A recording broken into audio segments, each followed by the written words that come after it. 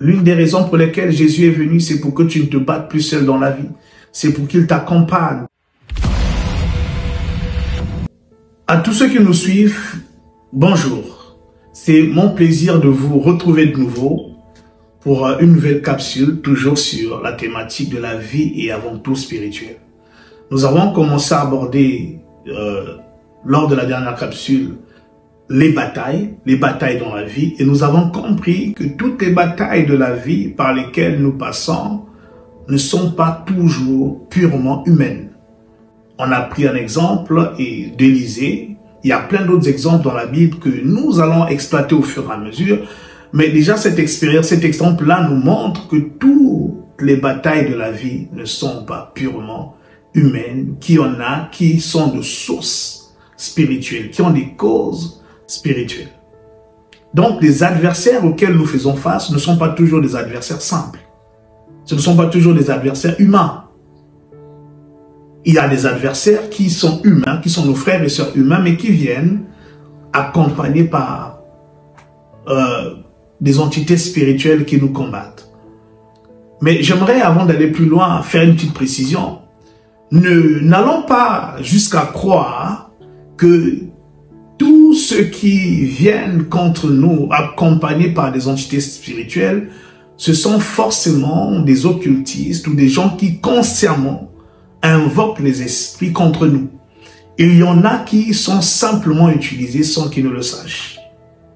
Lorsque Jésus était sur la terre, il avait ses disciples. Ses disciples le suivaient. Il n'avait pas d'autre maître ni d'autre seigneur que lui.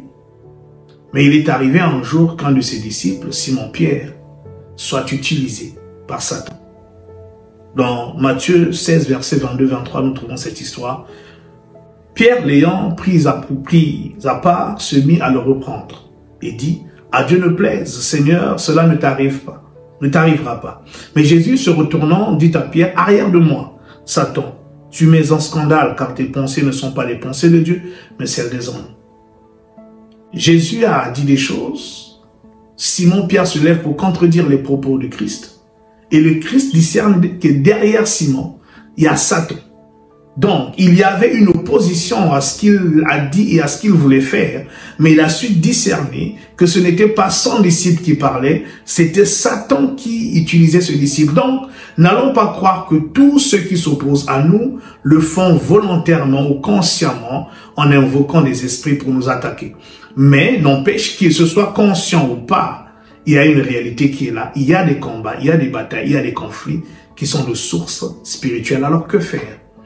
L'une des grosses erreurs, c'est de s'attaquer à ce genre de bataille de manière purement humaine également. Engager des armes humaines ou des méthodes humaines pour gagner. La défaite est assurée. Quand nous reprenons l'histoire d'Élisée, Élisée dit ceci, « Ceux qui sont avec nous sont plus forts ou plus nombreux que ceux qui sont avec eux. » L'histoire se trouve, je rappelle, dans 2 Rois 6, versets 15 à 17. Qu'est-ce que Élisée dit? Dans le physique, nous sommes 2 camps. Toi, mon serviteur, et moi, et l'armée syrienne. Eux, ils sont accompagnés par des entités spirituelles, mais nous aussi, nous sommes accompagnés par des esprits spirituels, les anges de Dieu, qui étaient autour d'Élisée. Donc, c'est pour dire quoi? Dans ces batailles, il est important que tu sois aussi accompagné. Et Jésus-Christ est venu pour ça. L'une des raisons pour lesquelles Jésus est venu, c'est pour que tu ne te battes plus seul dans la vie. C'est pour qu'il t'accompagne dans la vie. C'est pour qu'il te fasse triompher dans la vie. Pour que tu batailles, il bataille avec toi. Et pourquoi Jésus pas un autre, me diras-tu? Pourquoi pas les ancêtres? Pourquoi pas d'autres divinités ou d'autres spiritualités? Simplement parce que dans le monde spirituel, Jésus est l'esprit, est l'entité la plus puissante qui soit. La Bible dit dans Colossiens chapitre 2 verset 10 qu'il est le chef de toute domination, de toute autorité. Dans Éphésiens 1 verset 21, il est écrit qu'il est au-dessus de toute domination, autorité, puissance, dignité et tout nom. Et tous les anges de Dieu se prosternent devant lui.